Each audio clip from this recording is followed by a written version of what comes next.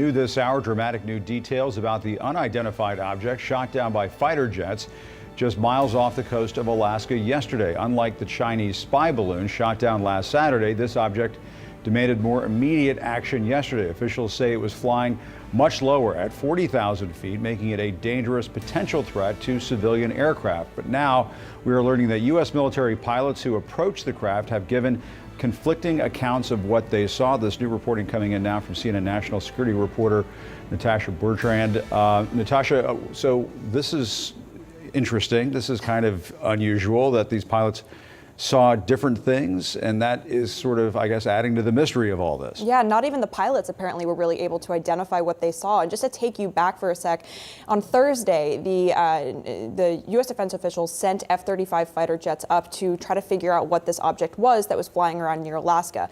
Those pilots, we have learned, have given very conflicting accounts of what they actually experienced, with some pilots saying that the object interfered with the plane's sensors, other pilots saying that they didn't really experience that, other pilots saying that when they looked at the object, they could identify no identifiable propulsion system, and they did not know how it was actually staying in the air, cruising at that altitude of about 40,000 feet. So this has all added to the Pentagon's wariness of describing in more detail what this object actually is until they can get more information through the debris that they are recovering right now.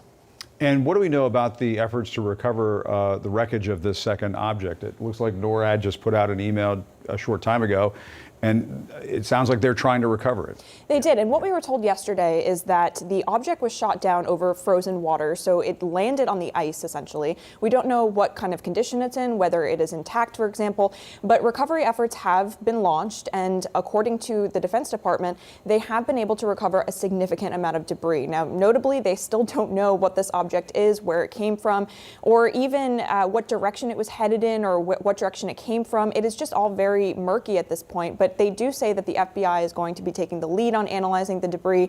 If that sounds familiar, it's because just last week we saw that another Chinese spy balloon, I should say a Chinese spy balloon because we don't know what this one actually is, right, was shot down, also being analyzed by the FBI.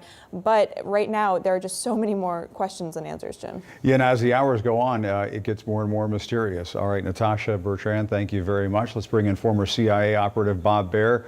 Bob, I mean, this is starting to sound like something out of the X-Files. I don't want to get carried away here, but what do you make of these different assessments coming in from the pilots of what they saw? Well, Jim, the speed of those airplanes, F-35s, it's no wonder they all saw different things. And as far as intercepting communications to that vehicle, it's very difficult.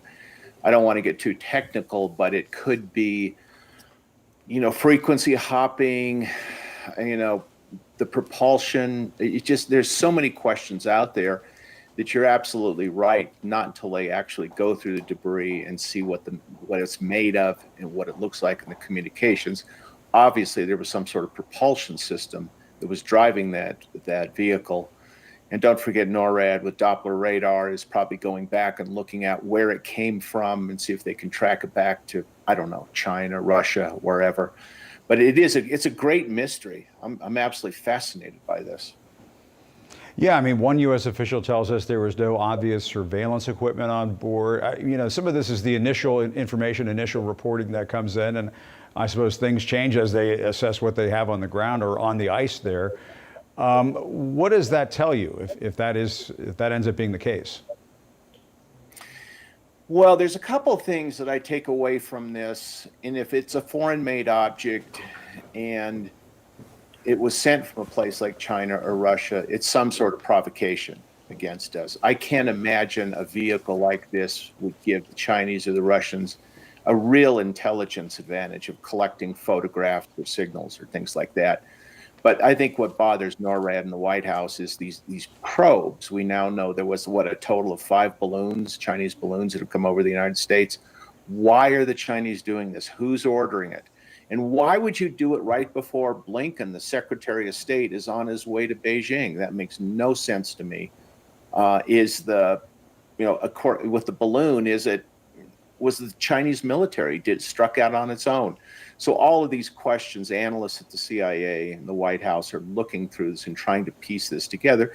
Remember, these balloons are flying over 40 places across the world, these Chinese balloons, and there are a lot of aerial vehicles I've been involved in before we've never been able to identify from radar. One we saw, I remember I was involved in, was going Mach 6, which made no sense at all to anybody. And eventually Wow. it was just shelved and we couldn't figure it out.